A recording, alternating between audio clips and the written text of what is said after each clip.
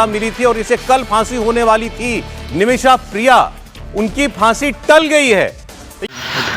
कहते हैं कि जब नफ़रत का कोई पैगाम पहुंचाना हो तो बड़ा तेज़ी से उसको शेयर किया जाता है, बड़ा तेज़ी से उसको पोस्ट किया जाता है और तमाम ख़बरों को उठाकर देख लेंगे। ख़ास तौर पे भारत की मीडिया और अपने देश की मीडिया, अगर बलात्कार करने वाला हिंदू हो तो चलाया जाता है कि मुस्लिम युवती का बलात्कार किया हिंदू लड़के ने, और अगर बलात्कार करने वाला मुस्लिम हो तो चलाया जाता है मुस्लिम लड़के ने बलात्कार किया हिंदू लड़की का।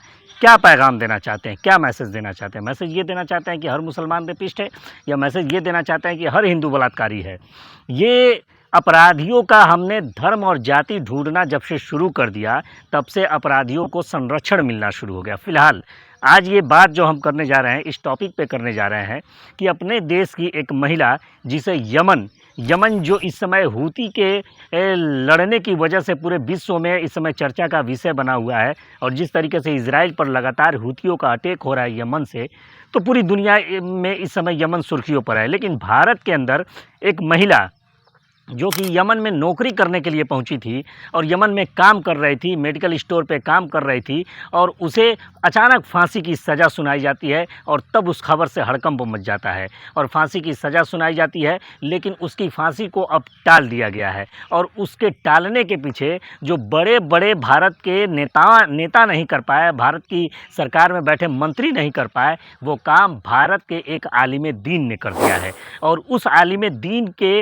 रिक्वेस्ट पर, अपील पर अब उनकी फांसी को टाला गया है। तो एक उम्मीद जगी है कि हो सकता है कि मौत की सज़ा से बचाया जा सके। फिलहाल इस कहानी को हम शुरू करते हैं, तो बने रहिए हमारे वीडियो में अंत तक और इस पूरी कहानी को सुनिए। और सुनने के बाद मोहब्बत का पैगाम, हिंदू मुस्लिम एकता का पैगाम तो अपनी जगह है, इंसानियत सबसे बड़ा होता है, और इंसानियत का फ़र्ज निभाया मुफ्ती साहब ने। कैसे, पूरी स्टोरी आपको बताता हूँ। लेकिन उससे पहले आपसे रिक्वेस्ट करूँगा कि अगर हमारे पेज पे नए हैं तो फॉलो कर लीजिएगा, यूट्यूब पे ये वीडियो देख रहे हैं तो चैनल को सब्सक्राइब कर लीजिएगा, और अगर वीडियो पसंद आए तो इसे शेयर करना ना भूलिएगा। 16 जुलाई 2025 एक भारतीय महिला को यमन की ज़मीन पर फांसी दी जानी थी, लेकिन ऐन वक्त पर बच गई। कैसे? निमिषा प्रिया एक नर्स, एक माँ और अब एक महिला जो मौत के कगार पर खड़ी है। 2014 में वो यमन गई थी अपने परिवार और भविष्य के लिए, लेकिन वहाँ उन्हें वो मिला जो उन्होंने सोचा भी नहीं था।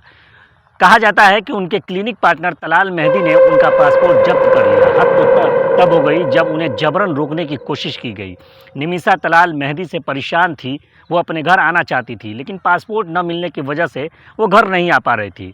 उसे एक रास्ता सूझा, और वो रास्ता उसे उस रास्ते पर ले गया जहाँ से उसकी वापसी बड़ी मुश्किल हो गई। जी हाँ, उसने तलाल मेहदी को बेहोशी का इंजेक्शन दिया ताकि बेहोश हो जाने के बाद वो अपना पासपोर्ट प्राप्त कर सके। लेकिन उस बेहोशी के इंजेक्शन से तलाल मेहदी को फिर दोबारा कभी होश नहीं आया। वो मौत के आगोश में सो चुका था। निमिषा नहीं चाहती थी कि तलाल मेहदी की मौत हो, उसकी हत्या करने का कोई इरादा नहीं था, लेकिन इस एक्सीडेंट ने निमिषा को हत्या का दोषी करार दिया और उसे फांसी की सज़ा सुना दी गई। 2017 में तलाल की मौत हुई। यमन की अदालत ने निमिषा को दोषी ठहराया और उसे मौत की सज़ा सुनाई। जैसे तैसे तारीख करीब आई, भारत से लेकर यमन तक हलचल तेज हो गया, और ऐन मौके पर भारत के ग्रैंड मुफ्ती ने आगे बढ़कर शेख उमर बिन हफीज़ से अपील की, जो लोग इस दुनिया में ईमान लाए हैं और उनके लिए कत्ल के मामले में बराबरी का कानून लागू किया गया है। मतलब कत्ल के बदले सजाए मौत, आज़ाद के बदले आज़ाद, गुलाम के बदले गुलाम, औरत के बदले औरत। यानी अगर किसी ने जानबूझकर किसी को कत्ल कर दिया तो मृतक के परिवार वालों को भी कातिलों को मौत की सज़ा की मांग करने का पूरा हक है। इसका मतलब कि जो कातिल है उसे सज़ा दी जानी चाहिए, चाहे वो आज़ाद हो, चाहे गुलाम हो या औरत हो। लेकिन अगर मरने वाले के परिवार वाले चाहे तो दोषी को माफ़ भी कर सकते हैं, और पीड़ित से उस परिवार की इल्तिजा, उनकी दरख्वास्त, उनकी रिक्वेस्ट को दियात यानी ब्लड मनी को स्वीकार भी कर सकते हैं। कुरान पाक की सूरह बकरा कि 286 आयतों में से यही वो 178वीं आयत है जिसका हवाला देते हुए मुफ्ती अबू बकर मुस्लियार ने निमिषा प्रिया के परिवार की गरीबी और उनकी मुफलिसी और निमिषा के 12 से 13 साल की बेटी का जिक्र कर यमन में निमिषा के हाथों मारे गए तलाल के भाई अब्दुल फतेह मेहदी से निमिषा पर रहम करने की अर्जी दी थी। मुस्लियार ने इस्लाम में माफ़ी देने के अधिकार का हवाला दिया, जिससे मौत के बदले सज़ा और माफ़ कर देने के सिद्धांत का जिक्र किया। आपको बता दें कि इससे पहले ग्रैंड मुफ्ती ने यमन के इस्लामी विद्वानों से इस मामले में इंटरफेयर करने के लिए संपर्क किया था। उन विद्वानों ने पीड़ित परिवारों से मुलाकात की, उनसे बातचीत की। यमन के विद्वान की तरफ से कहा गया कि वह जो भी कर सकते हैं अपनी तरफ से वो करेंगे। उन्होंने ये भी कहा था कि अब जब फांसी की तारीख टल गई है तो उस पीड़ित परिवार के साथ चल रही बातचीत को अब आगे बढ़ाने का एक रास्ता ज़रूर मिल गया है।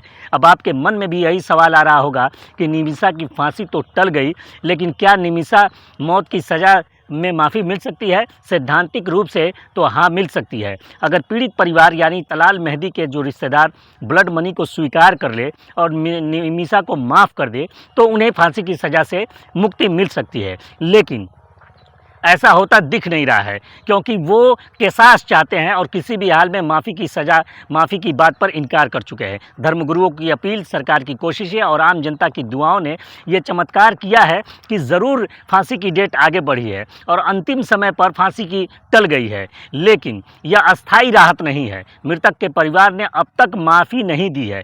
किसास कानून में फांसी टल सकती है अगर ब्लड मनी दी जाए और परिवार माफ़ कर दे तो।